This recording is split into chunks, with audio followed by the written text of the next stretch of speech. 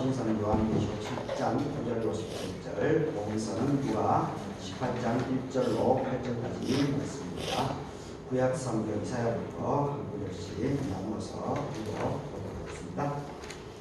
야곱아, 어찌하여 너가 말을 하며 이스라엘아, 너가 이르기를 내 길은 여호와께 숨겨졌으며 내 송사는 내 하나님에게서 벗어난다 하느냐.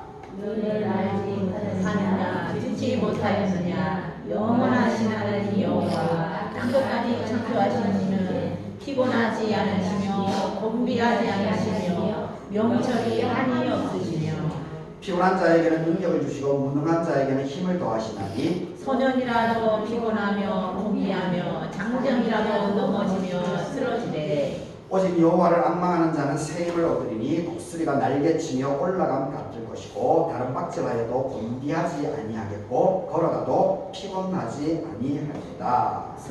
아멘. 요한계시록입니다. 이 일 후에 내가 보니 각 나라와 족속과 백성과 방언에서 아무도 능히 살 수 없는 큰 무리가 나와서 흰 옷을 입고 손에 종려 가지를 들고 보좌 앞에 어린 양 앞에 서서 큰 소리로 외쳐 이르되 구원하심이 보좌에 앉으신 우리 하나님과 어린 양에게 있도다 하니 모든 천사가 보좌와 장로들과 내 생물의 주위에 서 있다가 보좌 앞에 엎드려 얼굴을 대고 하나님께 경배하여 이르되 아멘. 찬송과 영광과 지혜와 감사와 존귀와 권능과 힘이 우리 하나님께 세세토록 있을지어다. 아멘. 장로 중 하나가 응답하여 나에게 이르되 이 흰옷 입은 자들이 누구이며 또 어디서 왔느냐. 내가 말하기를 내 주여 당신이 아시나이까. 그가 나에게 이르시되 이는 큰 환란에서 나오는 자들인데 어린 양의 뒤에 그 옷을 씻어 희게 하였느니라. 그러므로 그들이 하나님의 보좌 앞에 있고 또 그의 성전에서 밤낮 하나님을 섬김에 보좌에 앉으시니가 그들 위에 장막을 치시니 그들이 다시는 줄이지도 아니하며 목마르지도 아니하고 해나 아무 뜨거운 기운에 상하지도 아니하리니 이는 보좌 가운데 계신 어린 양이 그들의 목자가 되어서 생명수 샘으로 인도하시고 하나님께서 그들의 눈에서 모든 눈물을 씻어 주실 것입니다. 아멘. 아멘. 누가복음 18장입니다. 예수께서 그들에게 항상 기도하고 낙심하지 말아야 할 것을 비유로 말씀하여 이르시되 어떤 도시에 하나님을 두려워하지 않고 사람을 무시하는 한 재판관이 있는데 그 도시에 한 과부가 있어서 자주 그에게 가서 내 원수에 대한 나의 원한을 풀어주소서 하되 그가 얼마 동안 듣지 아니하다가 후에 속으로 생각하되 내가 하나님을 두려워하지 않고 사람을 무시하나 이 과부가 나를 번거롭게 하니 내가 그 원한을 풀어주리라. 그렇지 아니면 늘 와서 나를 괴롭게 하리라 하였느니라. 주께서 또 이르시되 불의한 재판관이 말한 것을 들으라. 하물며 하나님께서 그 밤낮 부르시는 택하신 자들의 원한을 풀어주지 아니하겠느냐. 그들에게 오래 참으시겠느냐. 내가 너에게 이르니 속히 그 원한을 풀어주시리라. 그러나 한 자가 우리에게 세상에서 믿음을 보겠느냐 하시니라. 아멘. 오늘 이 본문으로 오직 여호와를 앙망하는 자, 오직 여호와를 앙망하는 자 이런 제목으로 말씀을 생각해 보도록 하겠습니다. 오늘 창조절 11번째 주입니다. 그리고 절기로는 입동, 겨울이 시작되는 입동 4일째를 보내고 있습니다. 11월 8일 수요일이 입동이었습니다.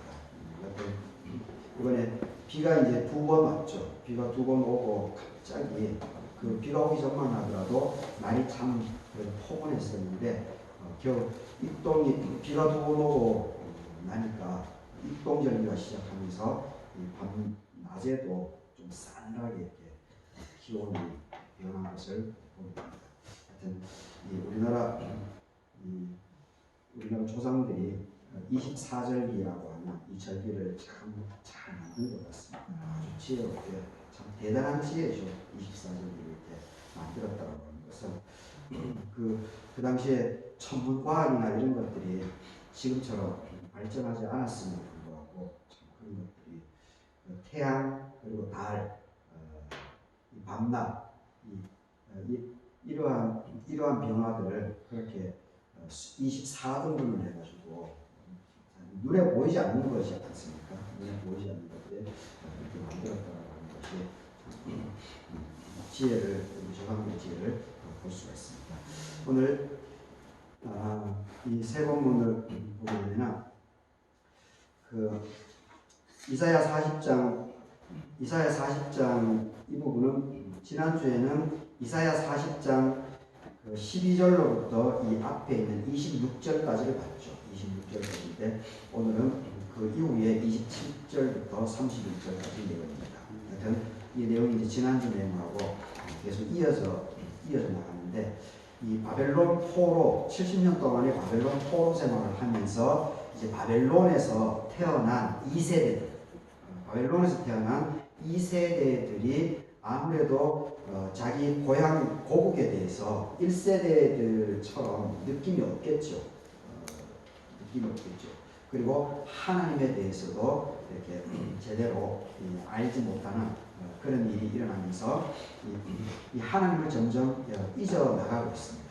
그래서 이제 이사야 선지자가 이 하나님에 대해서 하나님을 부정하는 이 세대들, 이들을 향해서 이 하나님이 어떤 분이신가라고 하는 그 부분을 이사야 4장에서 강조를 하고 있습니다. 그리고 요한계시록 7장 9절 17절 여기에 보게 되면 이제 이 7장 앞부분에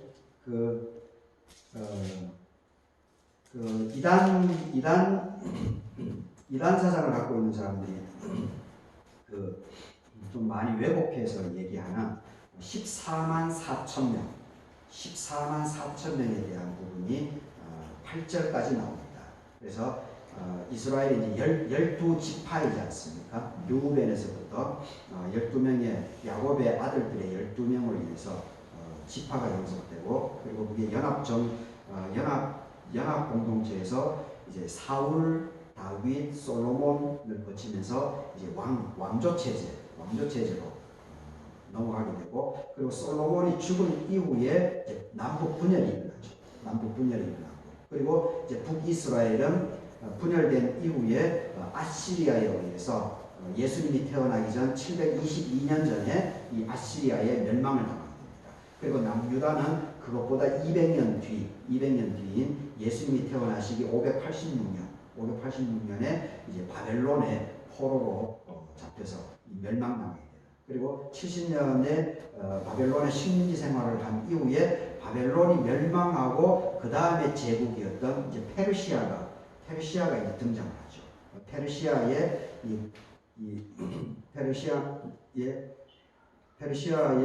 이 왕이 해방을 선포하죠.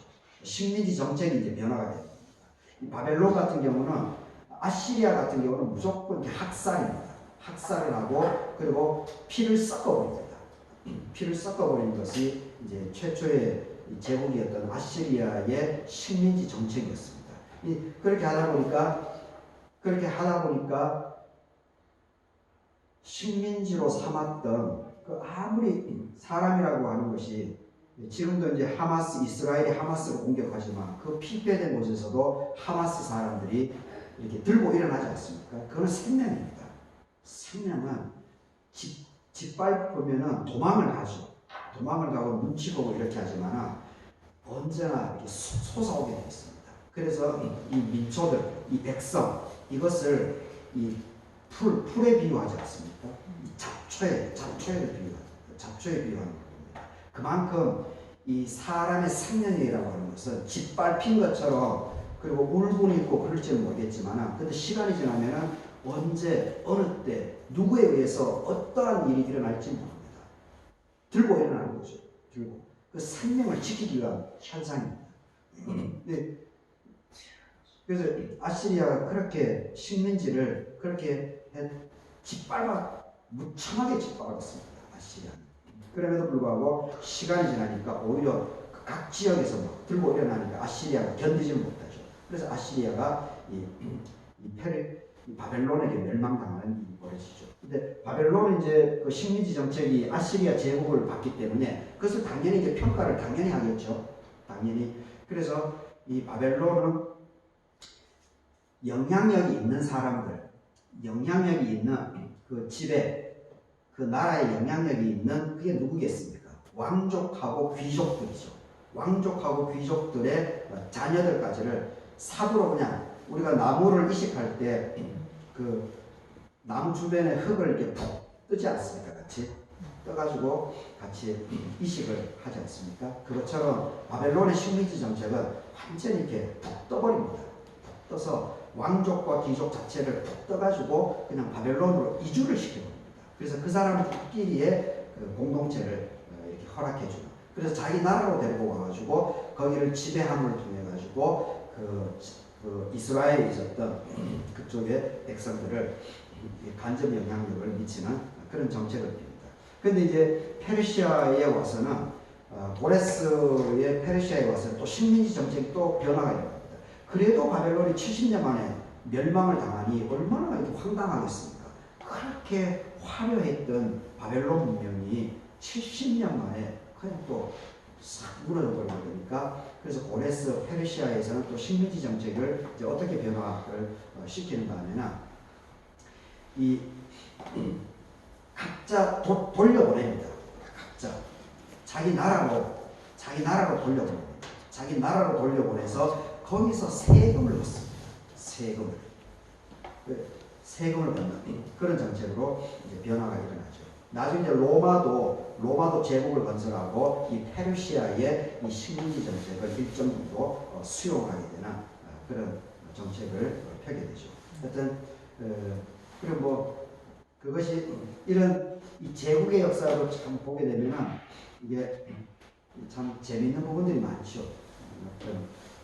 그런 변화들이 많습니다. 하여튼 이 요한계시록에 보게 되면은 이 8절까지가 14만 4천 명에 대한 이스라엘 12지파, 한 지파마다 12,000명, 한 지파마다 12,000명이 하나님의 사람이 되었다, 인을 쳤다라고 하는 그런 표현을 합니다. 그래서 한 지파에 12,000명이 이제 12로 곱하게 되니까 14만 4천명입니다. 근데 이제 이단에서는 자꾸 이 부분을 14만 4천 명에 포함되어야 된다. 14만 4천 명에 포함되어야 된다. 그러니까 그 부분을 요한계시록 부분을 이제 문자적으로 해석하는 거죠. 그래서 그것을 악용하는 그런 것을 볼 수 있습니다. 물론 예수 그리스도를 증거하는 것은 우리 그리스도인들의 가장 중요한 본분입니다. 예수 그리스도를 계속해서 증거를 해나가서 사람들에게 예수 그리스도를 알게 하고, 그리고 더 중요한 것은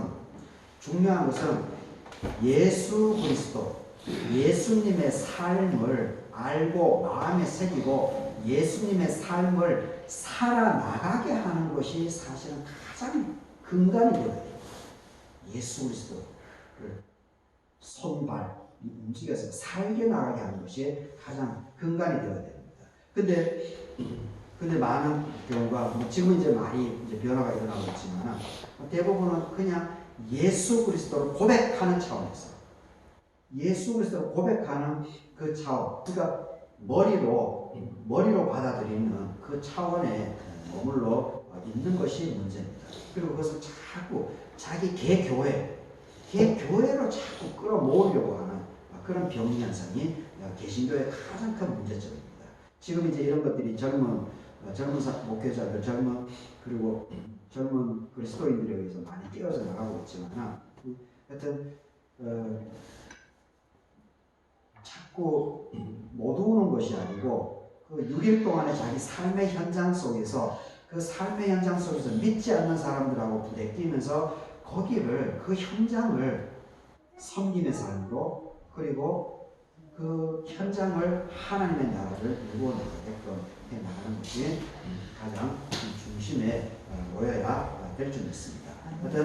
그래서 이제 요한계시록에서 이 선택된 12지파마다 12,000명씩 선택되어서 14만 4천 명 선택된 사람들이 하나님을 찬양하는, 하나님을 높이는 모습, 그리고 하나님을 높이게 되니까 하나님께서 그 그 14만 4천 명에 대해서 큰 축복을 해주는 그런 장면이 요한계시록에 나와 있습니다. 그리고 누가복음 18장 오늘 읽은 본문에 있어서는 바로 기도. 우리 최 원사님도 이제 기도 부분을 늘 많이 못해서 죄송하다는 그런 보도를 하셨는데, 누가복음 18장 여기에 이제 예수님께서 우리의 기도라고 하는 것이 무엇인가, 마음가짐과 태도에 대해서 이렇게 비유로 우리에게 말씀을 전해주시는 그런 본문의 내용입니다. 이사야에서부터 한번 쭉 살펴보도록 하겠습니다. 야곱아 어찌하여 너가 말을 하며 이스라엘아 너가 이르기를 내 길은, 우리 각자의 길입니다. 내 길은 여호와께 숨겨졌고 내 송사는 내 하나님에게서 벗어난다. 이게 무슨 얘기입니까? 하나님께서 내 삶을 책임져 주지 않는다는 겁니다. 내 송사, 내가 하나님께 간구하는 것, 하나님께 하소연하는 것이 하나님께서 들어주지 않는다는 겁니다. 야곱아 이스라엘. 야곱이라고 하는 것은 이스라엘이라고 하는 것. 이스라엘이라고 하는 것은 이스라엘 민족 전체, 이스라엘이라고 하는 것은 야곱 개인으로도 볼 수 있지만 이스라엘이라고 하는 것은 이제 민족 전체를 상징하는 그 말이 되지 않습니까? 이 야곱아 이스라엘 반복해서 얘기하고 있습니다. 그러니까 바벨론 포로에 잡혀 있었던 이 모든 대부분의 사람들, 모두라고는 할 수 없겠죠. 거기서 하나님을 그 열악한 상황 속에서도 하나님을 믿었던 사람들이 있으니까, 그리고 나중에 다니엘과 같은 그런 사람들이 꽃 피어나니까 모두라고 할 수 없습니다. 그런데 대부분 사람들은 바벨론 포로로 생활을 해 나가면서 하나님을 잊어버리는 겁니다. 당연하겠죠. 점점 잊어버리게 되죠. 우리 일제 식민지 36년을 거쳤는데도 보십시오. 나중에 40년인가요? 41년인가요? 최남선하고 이광석 그런 지식인들이, 그리고 김한란 여사, 이화여대 총장이 했었나요? 이런 사람들이 막판에 40년, 41년, 해방 5년, 4년 앞두고 변절을 하지 않습니까? 그 엄청난 지식인들이.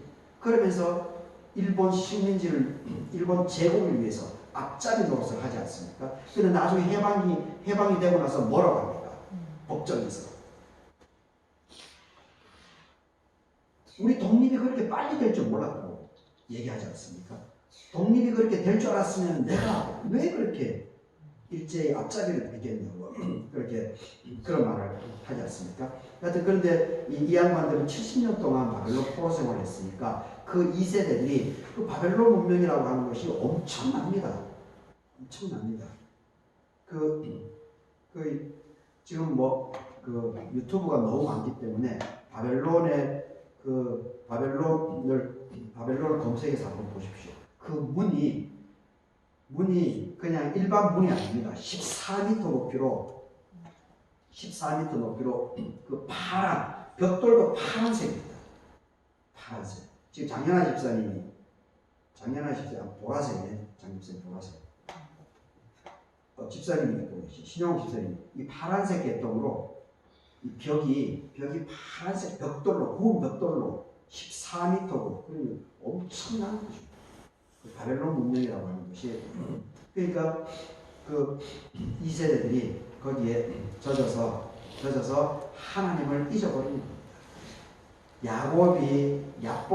야곱이 하나님을 어떻게 만납니까? 처음에 이 목숨을 구하기 위해서 형 에서 어머니하고 속여서 에서의 축복권을 빼앗았기 때문에 그 쌍둥이 형인 에서가 자기를 죽이려고 했기 때문에 외삼촌 라반 집으로 하란으로 도망을 가지 않습니까? 그래서 도망가면서 지쳐가지고 그 사막에서 돌베개를 내고 잤을 때 사락다리 꿈을 꾸지 않습니까? 그 베델에서 꿈이 있습니다.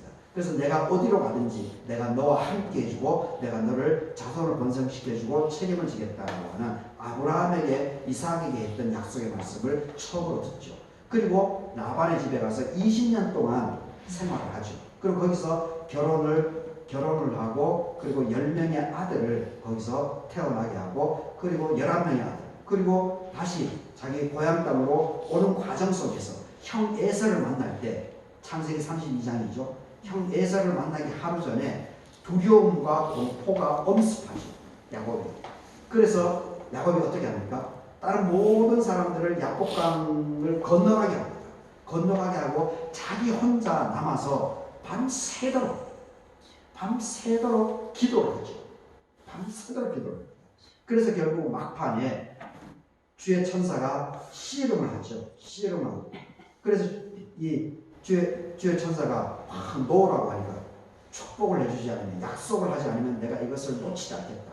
그래서 환도뼈를, 고관절을 때려서 부러뜨리지 않습니까? 그럼에도 불구하고 야곱은 끝까지 그 삿발을 놓치지 않죠. 그래서 결국은 하나님께서 야곱에게 에서와의 화해, 에서가 너를 절대 건드리지 않을 것이다 라고 하는 메시지를 받게 되죠. 그래서 그 다음날 가니까 정말로 두려움과 공포감이 여전히 있었음에도 불구하고 400명을 에서가 데리고 오는데 마음이 덜컥 내려앉았죠.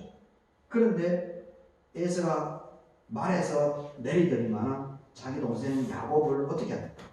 그냥 껴안아버리지 않습니까?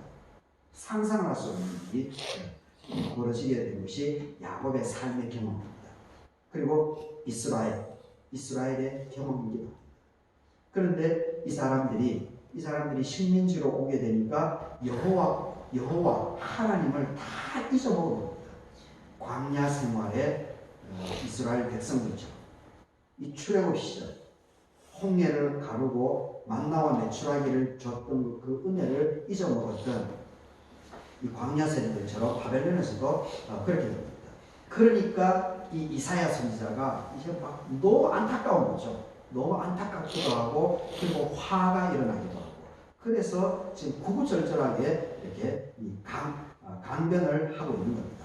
너는 알지 못하였느냐? 듣지 못하였느냐? 영원하신 하나님 여호와 땅 끝까지 창조하시는 이는 피곤하지 않고 곤비하지 않고 명철이 끝이 없다. 피곤한 자에게 능력을 주시고 무능한 자에게 힘을 더하시는 것이 바벨론의 마르둑 신이 아니고 여호와 하나님이다. 이것을 강조하는 겁니다. 힘을 주시는 것, 지혜를 주시는 것, 명철의 근원, 우리 삶의 모든 이 생로병사 부분이 다 하나님의 손 안에 있다라고 하는 것을 강조하고 있는 것입니다. 그래서 소년이라도 피곤하고 곤비하고 장정이라도 넘어지고 쓰러진다. 힘이 있다고 젊다라고 뽐내지 말라는 겁니다. 교만하지 말라는 겁니다. 젊음을 의지하지 말라는 겁니다. 자기 자신을 의지하지 말라는 겁니다. 하나님을, 나를 주장하시는 하나님을, 이 우주 만물을 주장하시는 그 너머에 있는 그 하나님의 손길, 하나님의 모습을 볼 줄 알아야 된다는 겁니다. 그것을 계속해서 이렇게 강조하고 있습니다. 그래서 제가 오늘 이 제목으로 잡은 오직 여호와를 앙망하는 자, 오직 여호와를 앙망하는 자가 새로운 힘을 얻게 됩니다. 자기를 의지하고 자기 실력, 권력, 돈, 명예, 학벌 이런 걸 의지하는 사람들은 그것이 어느 정도는 가죠. 3대를 넘어가지 못합니다. 절대 3대를 못 넘어갑니다. 그것이 인류 역사의 증거입니다. 그래서 뭐가 있다라고 해서 자기 자신을 자꾸 드러내고 자꾸 없는 사람들을 짓밟아버리고 무시하고 그런 사람들은 결코 그 집안이 일어설 수가 없습니다. 예수님처럼 그리고 신구약에 나와 있는 믿음의 선진들의 삶의 모습처럼 주변 사람들과 더불어서 함께 살아야 돼요. 그리고 그 사람들을 배려를 해주고 그리고 섬겨주고 나누어주고 그렇게 할 때에 그 사람이 복을 받습니다. 그리고 그 사람이 속한 공동체, 가족 그들이 하나님께서 복을 주시게 되어 있습니다. 오직 여호와를 앙망하는 자가 새로운 힘을 얻게 되어 있습니다. 그러면서 우리가 잘 알고 있는 내용이죠. 독수리가 날개치며 올라감 같을 것이고 다른 박질하여도 곤비하지 아니하고 걸어가도 피곤하지 않을 것이다. 오직 하나님을 의지하고 하나님을 신뢰하고 하나님을 믿어나가고 하나님을 높이고 나의 영광을 차지하지 않을 때, 먼저 하나님께 영광을 드릴 때 겸손함으로 온유함으로 살아나가게 될 때 바로 그 사람에게 하나님께서 독수리가 날개치듯이 그 사람을 책임져 주겠다, 이렇게 얘기를 하고 있습니다. 그래서 바벨론에 사는 2세대 여러분, 당신들 정신 똑바로 차리세요. 마르둑이 아닙니다. 마르둑이 아니고 여호와 하나님입니다. 당신들이 이것을 반드시 기억해. 이렇게 강변합니다. 그러니까 이사야 선지자와 같은 이런 사람들이 있었기 때문에 나중에 다니엘이라든지 이런 사람들이 하나님의 정신들이 쭉 그 식민지 노예 생활 속에서도 그것이 이어져 나갈 수 있었던 겁니다. 우리가 일제 36년의 식민지 생활, 몽고 지배 40년이 있었음에도 불구하고 우리가 이렇게, 물론 지금 남북이 분단된 안타까움이 있지만 그럼에도 불구하고 독립국가를 유지해 나갈 수 있는 것은 바로 우리 선조들이 있기 때문이었습니다. 우리 선조들 내에서 이렇게 정신이 똑바르게 박혀 있는 사람들이 있었기 때문에 지금 우리 이 동이족이 명맥을 잇고 있는 겁니다. 그래서 지금 우리가 더 이 시대에 하나님께서 이 시대에 우리 민족을 맡겨줬기 때문에 우리들이 정신을 똑바로 차려야 돼요. 자꾸 엉뚱한 지도자 뽑지 말고. 이번에 1년 5개월이 아마 우리 나만의 큰 경험, 큰 자산이 될 것 같습니다. 내년 4월 26일 총선이 오는데 그때 정말 표를 잘 찍어서 정말 이런 어처구니 없는 일이 두 번 다시 경험되지 않도록. 그래도 사실 그 역사를 보게 되면은 위대한 임금이 있었는데 그 아들이 또 나라를 또 쑥대밭으로 만들고 그런 일들이 사실 비일비재하죠. 참 그런 것들 보면 참 오묘합니다. 아버지가 그렇게 유능해도 그러니까 모든 것이 하나님의 섭리 속에 있는 것은 사실인데, 그래서 우리가 자꾸 이렇게 훈련을 받고 믿음 안에서 믿음의 교육을 받고 그래 대를 이어서 충분하게 해나가나 정신을 이어져 나가나 그런 것이 참 중요한 것 같습니다. 이 요한계시록 그 구절을 보게 되면 이 일 후에 내가 보니 이렇게 나옵니다. 이 일이라고 하는 것은 14만 4천 명을 한 열무지파마다 12,000명씩 이제 하나님께서 정말로 하나님을 신실하게 믿는 사람들을 뽑아낸 겁니다. 선택을 한 겁니다. 그냥 흐지부지하고 믿음이 없는 그런 그 껍데기들은 다 이렇게 제하고 정말 알곡들만 이렇게 모아낸 것이 14만 4천이었습니다. 그러니까 정예부대죠. 정예부대입니다. 정예부대. 삼손과 함께한 기드온과 함께한 300명. 기드온의 300명처럼 기드온이 300명을 뽑을 때 어떻게 합니까? 혹독한 훈련을 하죠. 그리고 물을 마실 때도 정신을 차리지 않고 물을 마시는 그 사람들 다 없애버려요. 그래서 이 300명의 기드온과 함께하는 사람들을 이렇게 뽑아내지 않습니까? 그것과 같이 하나님께서 이스라엘 백성들 중에 14만 4천 명이라고 하는 정말 하나님을 잘 똑바르게 믿는 알곡들을 다 뽑아낸 겁니다. 뽑아낸 이후의 일입니다. 이후에 내가 보니 이제 요한계시록을 쓴 요한 사도죠. 요한 사도가 봅니다. 각 나라와 족속과 백성과 방언에서 아무도 능히 설 수 없는 큰 무리가 나와서 흰 옷을 입고 손에 정령아지를 들고 보좌 앞에 어린 양 앞에 서 있다. 이거 환상입니다. 요한이 보는 환상입니다.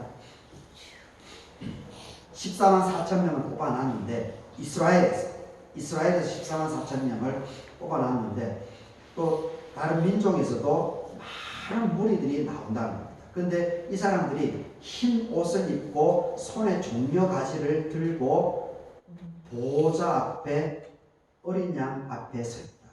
이 어린 양이라고 하는 것은 바로 예수 그리스도입니다. 예수 그리스도를 상징하고 있습니다. 읽어보면 문맥에서 그것을 느낄 수가 있습니다. 보좌라고 하는 것은 하나님의 보좌입니다. 하나님의 보좌. 그러니까 선택받은 자들이 이제 하나님 앞에, 하나님 옆에 이제 예수님 계시고, 그리고 거기에 지금 이렇게 앞에 서 있는 겁니다. 그러면서 10절을 보십시오. 큰 소리로 외치고 있습니다. 구원하심이 보호자에 앉으신 우리 하나님과 어린 양이 있구나. 큰 소리로 14만 4천 명만 이렇게 소리 질러도 그게 얼마나 대단한 소리겠습니까? 근데 거기 각 민족, 족속, 백성까지 셀 수 없는 큰 물이라고 했으니 그 사람들이